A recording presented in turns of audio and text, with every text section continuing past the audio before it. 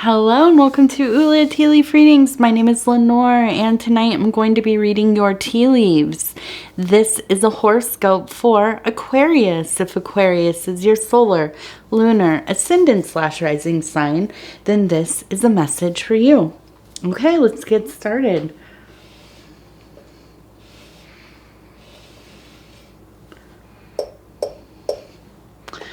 All right, knock, knock, knock. Ooh, this one's a bit of a mess. This cup got most of the tea leaves in it. All right, well, I hope you all are doing well. And we're just gonna kind of take a look. Take a little spin around here really quick.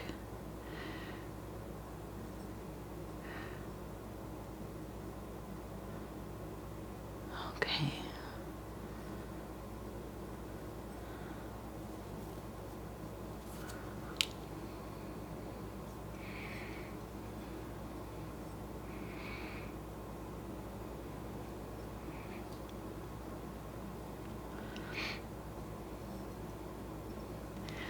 Okay, so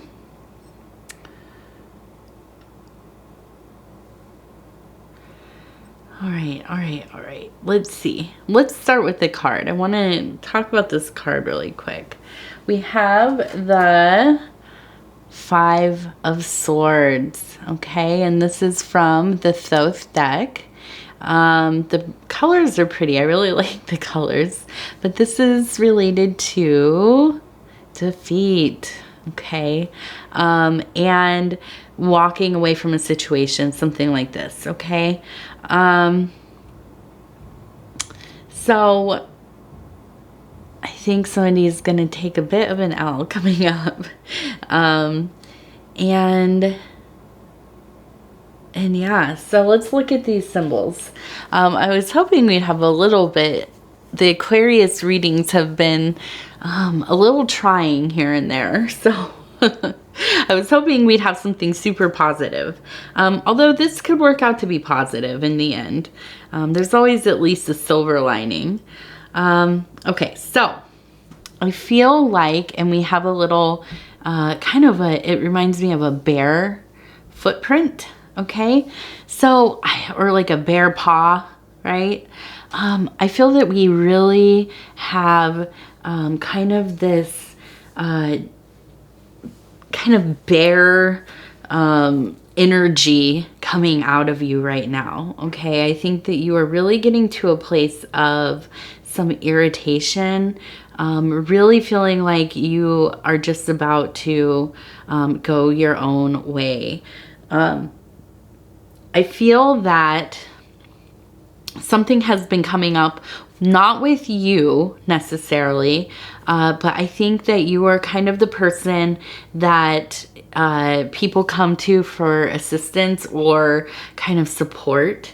I think that you very much take up for the people you love and care about. You have that kind of mama bear, papa bear kind of dynamic with not only your family, but the people in your life that you love, friends, and so on. So I think that this person is kind of, once again, coming to you for your support, and you are just kind of over it. I think that you definitely just are not feeling it too much. Okay. I also see up here, and this kind of, you'll have to, it's a bit of a stretch, but you'll have to kind of come with me on it. It looks like almost like a person riding on a broom. Okay. So I'm thinking kind of a feeling of just wanting to get on your broom and take off into the sky, right? There's a bit of just kind of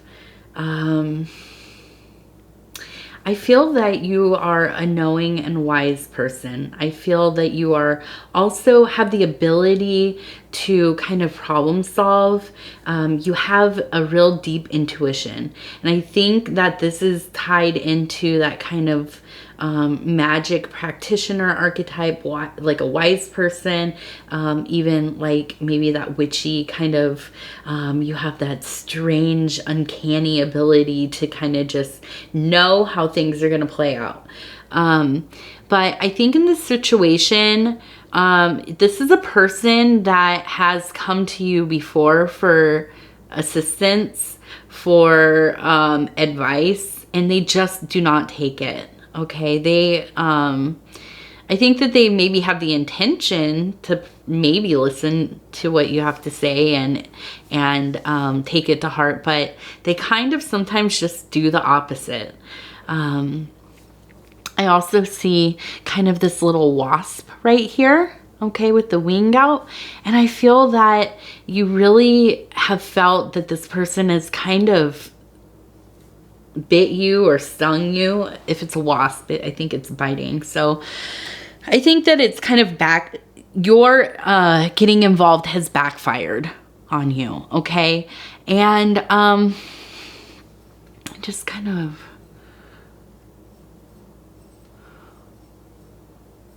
wanted to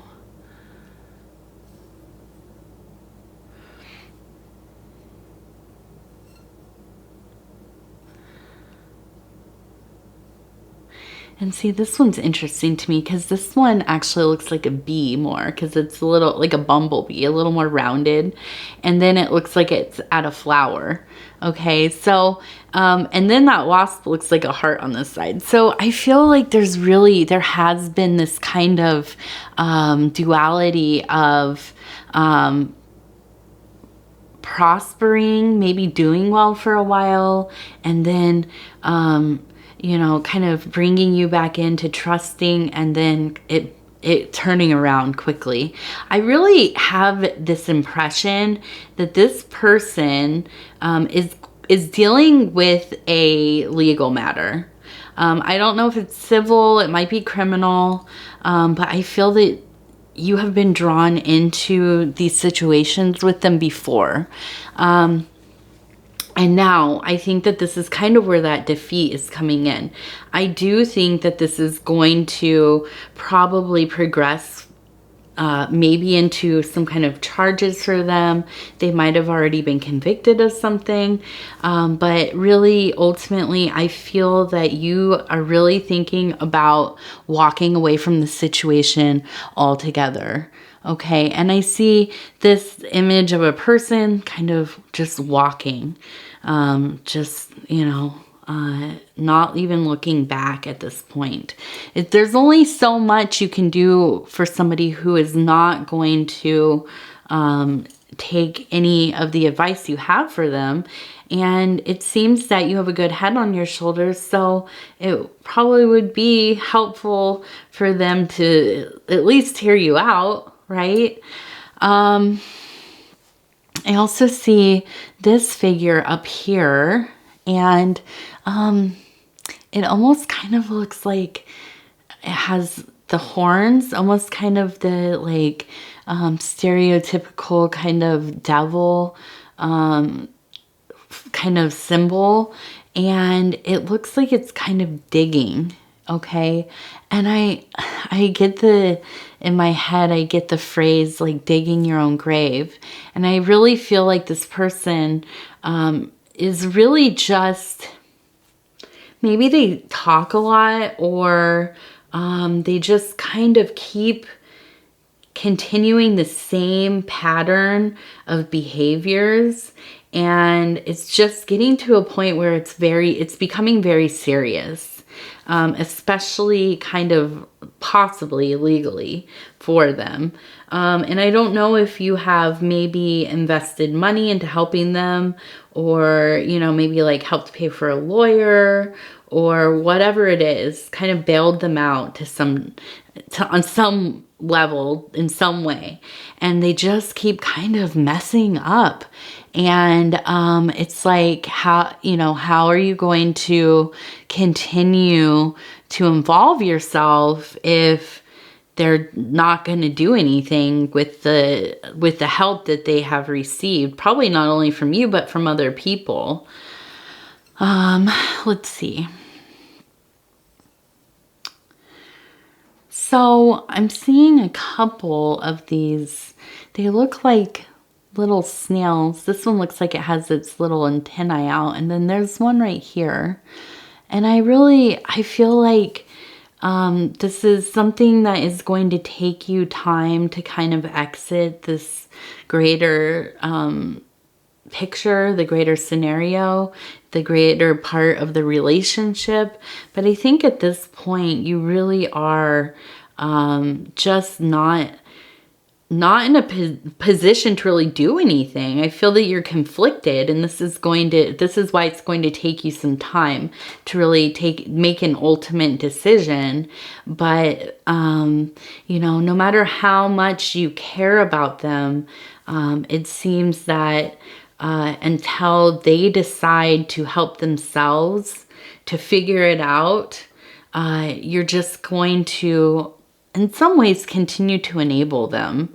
And I don't know what kind of problem they have going on, but it seems like they've had enough help that they don't feel that whatever they're doing is that serious. Okay, so it's just kind of going in this loop.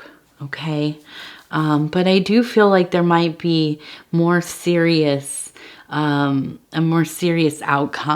this time around. Okay.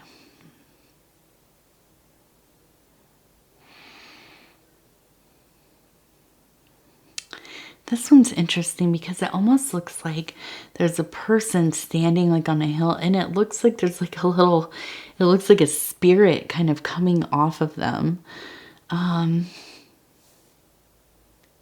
This is really going to sound odd. I know. And hopefully this is just me talking and nobody really has had this experience, but it almost feels like this person has like, it's like they feel so fractured sometimes in their personality.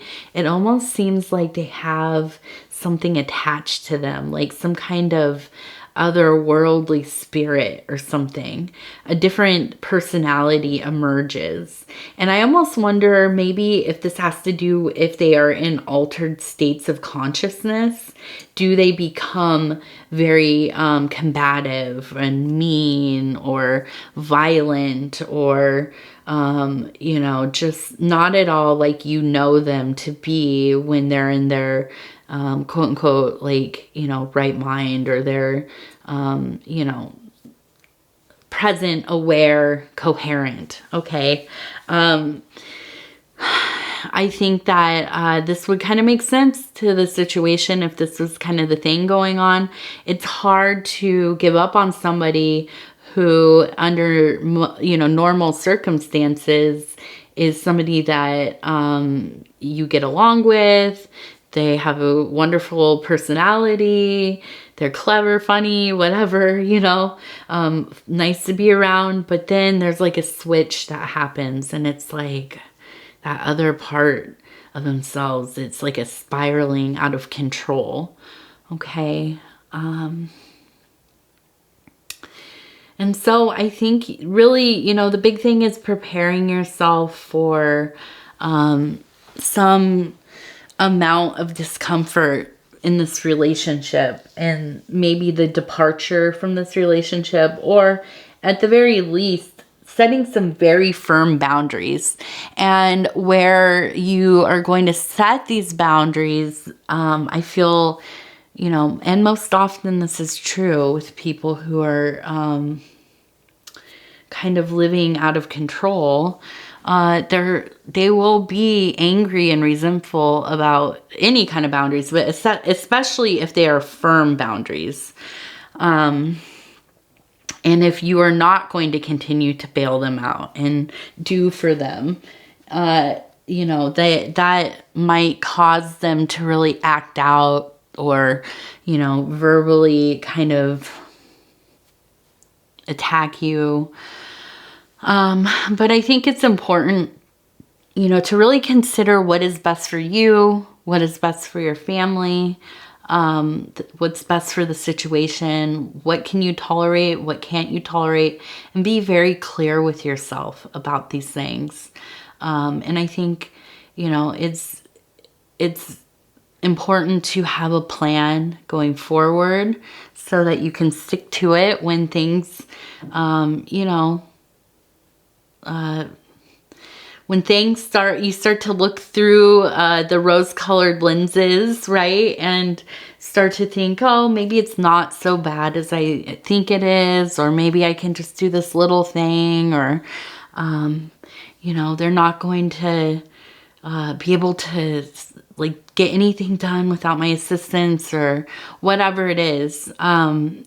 Just have a reminder for yourself what you have decided you will and won't do, and what your plan is going forward, so that when you do feel like you're, you know, a little bit, and you're in a state of mind where you might be bending a bit, that you stick to those plans, okay? And then I want to look at this one. It looks like a dog. And so, oh, I just spilled that right on my foot. And so I think there is a deeper loyalty happening here with the dog. Oftentimes it's about a deep friendship, a loyalty that, you know, is kind of undying. And sometimes it's hard to even begin to consider that not showing up for somebody sometimes is the best support you can give them. Not bailing somebody out continually might be the best support that you can give them. Letting them have to sort out some of their own stuff might be the best support that you can give them. And I think ultimately on the other side of things, your love, loyalty, compassion, care will be understood by this person. I think that once they get out of this thing, hopefully breaking the cycle for good, that's the best we can hope for in these kinds of situations, really. But once they get out on the other side, I think there will begin to emerge a sense of understanding why you had to set those boundaries. Okay, there will be more of an openness, and hopefully a space where you both can try to begin to mend your relationship together. And I think that's totally possible. I feel like this is, although a painful defeat, okay, something that must happen to kind of interrupt the cycle of things that have been happening. Okay, and that hopefully some point there is some kind of realization that strikes, and you know, some deep work happening with this person who is in your life, so that they may begin to save themselves. Okay, and at the same time, I think it's important for you to seek support, to have somebody to talk to, and to be empathetic towards yourself, because this is it is very difficult to say no to somebody that obviously needs help, right? But you cannot facilitate the kind of help that they need, okay? And, you know, it oftentimes can be manipulated into, again, like being that enabling thing, instead of being actually helpful to them. So I think, you know, it's important to find some kind of some kind of support for yourself to help you get through this, to help you stay strong. Somebody who is a loved one, somebody you can talk openly with, maybe a therapist, counselor. There are lots of support groups. If this is something that has to do with like addiction, there are things like Al-Anon, Alateen, these kinds of groups. Okay. And, if, you know, of course, if you are concerned for their well-being, you know, something like, you know, like 988 or what, 988, I think it is the mental health crisis line. So, you know, I feel like it's important that you don't go through being a support person by yourself, because support people also need supporters. You also need people to keep you grounded in reality, the reality of things, because people that, even if it's unknowingly, kind of take advantage of the help and care and love of those who are around them, sometimes don't even realize they are constantly spinning realities, really sucking people into them and getting you into a place where it's like they're the center of your universe, because it always seems so dire what they're going through. And it probably is to some degree, but you get so drawn into it that it's hard to escape that chaos. Okay. But having somebody who can help ground you and keep you, seeing things more rationally, a little bit detached, so you can make better decisions about how to go about doing things and where to help and where not to help and so on. Okay. All right. So, I want to thank you so much for spending this time with me. I wish this was like all puppies and rainbows and that kind of thing. I think that's what my husband says in his readings. I think I just stole that from him. But, yeah, I wish it was more of that, more, just happy, happy, happy. But, this week it's a little more difficult. Hopefully next week it will turn around. You can also, in the meantime, watch your other placements. If this one doesn't resonate with you or only parts of it resonate with you, go and watch your other placements. There might be things in the other readings that really speak to you. Okay. If you would be so kind as to like the video, it helps me get into the algorithm, and we are slowly all together growing this channel. And I appreciate each and every one of you. If you haven't subscribed yet, please think about doing so. You can hit the little bell. That will let you know when the next reading is coming out.